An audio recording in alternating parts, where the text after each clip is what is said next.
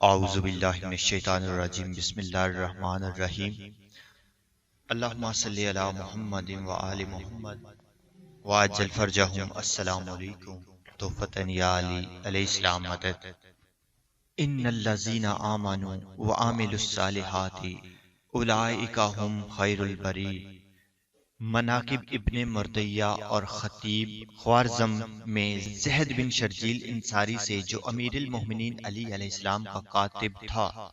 مروی ہے کہ میں نے علی مرتضیٰ علیہ السلام سے سنا کہ فرماتے تھے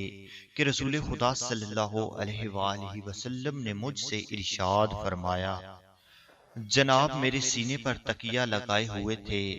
اور ارشاد فرمایا، اے بھائی کیا تو نے خدا تعالی کا قول نہیں سنا کہ فرمایا کہ جو لوگ ایمان لائے اور انہوں نے اعمال صالحہ کیے وہ گروہ بہترین مخلوقات ہیں، وہ تو اور تیرے محب ہیں، اور میرا اور تمہارا وعدہ گاہ حوض کوثر ہے، اور جس وقت کے تمام امتیں محاسبہ کے واسطے زانوں کے بل آئیں گی، اس وقت تم بلائے جاؤ گے، تمہارے ہاتھ پاؤں اور پیشانی نورانی ہوگی۔ اور خطیب خرزام نے ایک اور روایت جابر بن عبداللہ انصاری سے نقل کی ہے کہ ان حضرت صلی اللہ علیہ وآلہ وسلم کے پاس صحابہ کی ایک جماعت حاضر تھی کہ مرتضیٰ علی علیہ السلام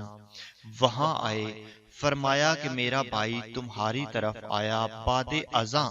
ان کے کاندھے پر ہاتھ رکھ کر فرمایا، اس ذات کی قسم ہے جس کے قبضہ قدرت میں میری جان ہے کہ یہ اور اس کے محب قیامت کے روز راستگار ہیں، اور یہ خدا پر ایمان لانے میں تم سے سبقت اور اول، اور خدا کے عہد و پیمان پر وفا کرنے میں تم سب سے پیشتر ہے،